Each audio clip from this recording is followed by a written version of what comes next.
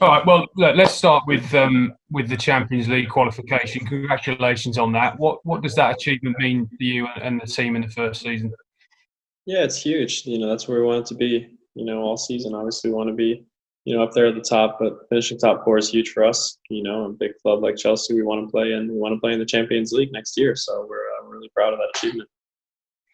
I mean, looking back on the whole campaign, I was just looking at your Premier League numbers this morning: 19 starts, 9 goals, 4 assists. Are you happy with your contribution overall? Do you judge it in numbers like that? I mean, of course, there's more to the game than just numbers. But I'm happy. It is a big part of the game. I'm an attacking player. I want to score goals and create goals. And yeah, I'm pretty happy with my contribution. And yeah, there's a lot of improvements to make as well. How do you think you have developed over the course of the season? Yeah, I've definitely learned a lot. Obviously, coming to a new league, brand new team, a lot of things changed for me, and I think I had a lot of stuff to overcome as well. Injury in the middle of it. Obviously, COVID. Changing a lot of things as well, and yeah, I think to be here in this position and after my first season, I can say I'm happy. I think I've come a long way. Has it? I mean, you mentioned obviously the coronavirus there as well. I mean, it's one thing to have to adjust to a new league, move to a new country, but then you have this global pandemic in the middle of it. I guess it's been more unpredictable than even you could have imagined when you signed for the club. Yeah, obviously, no one could have predicted that this was going to happen for sure. So it's definitely been the longest season ever.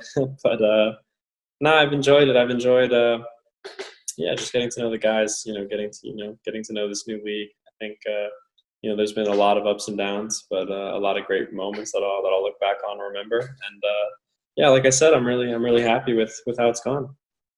What do you think? What were the biggest sort of ups and downs for you over the course of the year? Yeah, of course. Having a big injury was definitely tough for me. In the middle of the season, I thought I was playing well and in good form.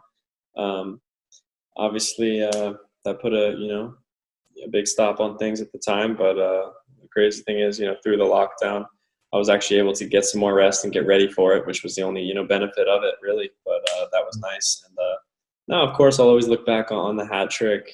Some big games, my first goal, a lot of the moments, big games, and yeah, it's been a really interesting year. I mean, you mentioned the lockdown there. Is it right that you were doing a lot of physical work with Adam Burrows? I don't know if that was during that period, but could you just talk a little bit about that sort of physical side of it and how? I mean, have you bulked? Have you kind of added muscle? I mean, what do you sort of specifically work on? Yeah, I mean, I haven't gone crazy in the gym, but I've definitely worked with Adam a lot this year, and yeah, just continuing to get stronger and yeah, being ready for a lot of the challenges that come in this league, and yeah, I definitely did a lot of work with him, and even when I was home over the break, so I've kept up with that, and yeah, I just want to make sure I'm in the best shape possible to play. Because I mean, your form since the restart's been fantastic. I mean, obviously nobody would want a lockdown. Nobody wants the wider circumstances. But did it come at a good time for you in the sense that you were maybe able to take stock on the first half of the season? You're able to. You went home, I think, for a bit, didn't you? So you're able to go home for a while and maybe just kind of reassess and start again. Did that kind of, although it's obviously a terrible situation, did that period of reflection, that period to sort of go again, actually help you? Do you feel? Yeah, I think it did. That's definitely the positive that I took out of it. Obviously, especially after coming off an injury, a pretty long injury, where I was just getting back to full strength, and then kind of the lockdown started. It just gave me that extra time to really make sure I was 100% fit, ready to go, and kind of put me on level playing field once everyone was back, because everyone hadn't been playing for a while. So it definitely gave me a good chance and kind of just a quick refresh and just ready to go again. So it did help me. Because I've spoken to you a few times in mixed zones in the early part of the season when you were kind of in and out of the team, and I know you were getting questions then about sort of, if you were frustrated about not playing and what you felt you needed to work on. I mean, who did you kind of sort of talk to during that period in the early part of the season? Was that how much of a disappointment was that to you that you weren't playing regularly, or did you sort of expect that there was going to be a period where you're going to adapt and you're going to need to acclimatise? Yeah, well, I mean, there's always going to be competition for places and good teams. Obviously, me being new coming into the team, I have to earn my respects and earn my time on the pitch. So, yeah, I think it was a tough time, but I spoke with a lot of my teammates, a lot of just players that they've been through stuff like that before, and I had been through stuff like that as well. So it's I think it's a normal thing. I wanted to go in, and of course, I want to play as much as I can. I always want to be on the field, and yeah, in the end, I just kept working and put my mind to it, and I got there, and now I'm seeing obviously more of it.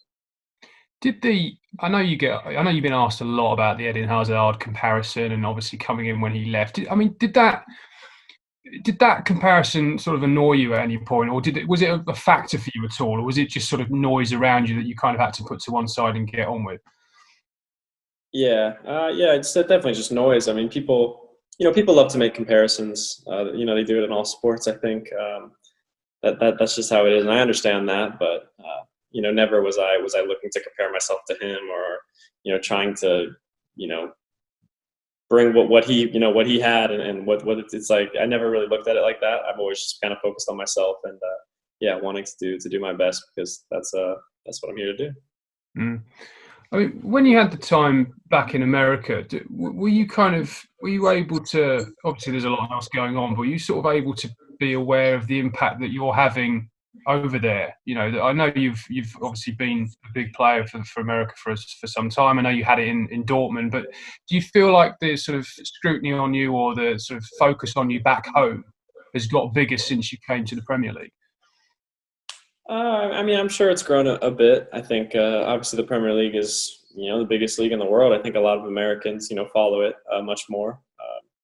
So I mean, you could say that. I guess when I'm in America, I kind of go off the grid and just be with my family and friends. I don't listen to much of the noise, like of what goes on. So I'm not sure, but I don't know. I guess you'd have to ask someone else that question. Which is because you're always, I've read a lot of pieces about you. You're always sort of described as the poster boy for American football or American soccer. Do you feel like that, or do you just kind of, are you able to switch off from that sort of thing? Yeah, I mean, when I'm over here, I don't really feel like that at all. I mean, obviously, I'm in a team with all the incredible players, and in a league with obviously huge names, huge players. So I don't know. I don't really think of that too much. I understand what standing I have in the U.S. and with the national team, and that's a different story. But yeah, no, it doesn't. Something I don't think about too much. Mm. I mean, the game on Saturday is going to have a huge audience on ESPN Plus. What will it mean to you to know that there are so many Americans watching that game, really watching and supporting you? Yeah, it's amazing. Obviously, it's been a crazy year. So we have this one chance to go out and win something really big, and I'm thrilled. I'm super excited for this game.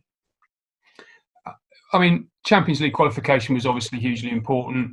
What would it mean to you, though, to win a trophy?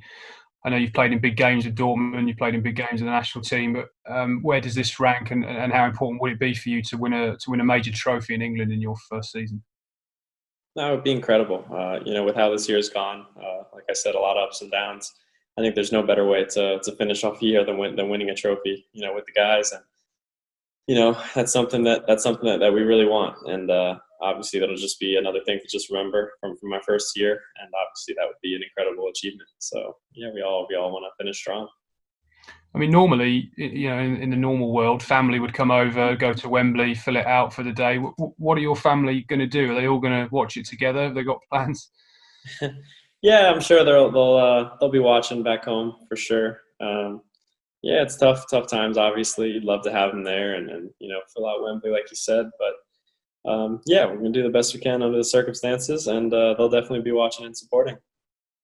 They seem to keep you you seem very relaxed. Nothing really seems to faze you. Is it your family that helps you do that sort of helps you stay grounded, stay calm? Yeah, absolutely. That's the thing that my family's the best at. Never letting me get too low, never getting too high either. So they're always there to talk to me, and discuss things that aren't about football as well. Like they're always there. They've been the best support system for me, coming up from when I first started in Dortmund and now being here. So I'm really thankful to have them. How do you kind of switch off? Obviously during lockdown, I know you were getting fit, but you had a lot of downtime. Everybody did really, because we were all staying at home. I mean, what Yeah. sort of things did you do? Oh, obviously, it's tough to go out and do things, but I love spending time with my family, doing anything we can. Really, back home, especially when I'm back on the farm with my sister, watch her ride horses, kind of live a really simple life. That's just what I love to do. So, probably just doing the simple things with my family. Because I mean, I was talking to Frank Lampard after the game on Sunday, and he was sort of saying he actually finds it really difficult to switch off. He was saying, I'm constantly always sort of thinking about the next thing, about the next trophy, about the next match, whatever it may be. But you seem to be able to sort of compartmentalize it. I mean, I don't know. Do you watch a lot of football in your spare time? Do you think about the game a lot, or do you treat it more as I'm here to work, and then when I'm not working, I can switch off and focus on other things? No, I mean, I definitely think about it. Like in the season, you're always looking at that next game. You're always focused, obviously, especially when they come really quick. It's hard to find that downtime. I mean, that's totally normal. But there's times to switch off and try to, after a win, you want to, relax for a day, enjoy it a bit, and then, it's kind of right back to it. But I know I'm always watching. I'm watching all the games. I love to watch the game. So yeah, football's it's always around me. It's always there. But obviously there's times when you can't let it stress you out too much. Yeah. And I mean, have you been able to settle in England? Do you feel sort of comfortable in London now, as much as, again, with the coronavirus has not made it easy for everybody the last few months? But do you sort of feel like it's maybe not home, but a second home now anyway? Yeah, absolutely. It's feeling more and more like home. Obviously, culture-wise, it's probably much more similar to the U.S. than even Germany was. So that's good. Obviously, the language helps. It's nice to be able to talk with everyone. Obviously, times now, like you said, are different. But no, I'm definitely enjoying the city. It's one of the best cities to be in for sure. There's a lot of things to do. And obviously, like you say, you know people who are over here. I saw there were a couple of pictures of you talking to Jurgen Klopp before the Liverpool game. What were you talking to him about? You just sort of sharing some memories of Dortmund. Yeah, something like that. Just obviously I started training, with the pro team when he was still there over in Dortmund. So we had some good times and some good trainings with him. So yeah, just catching up, saying hello.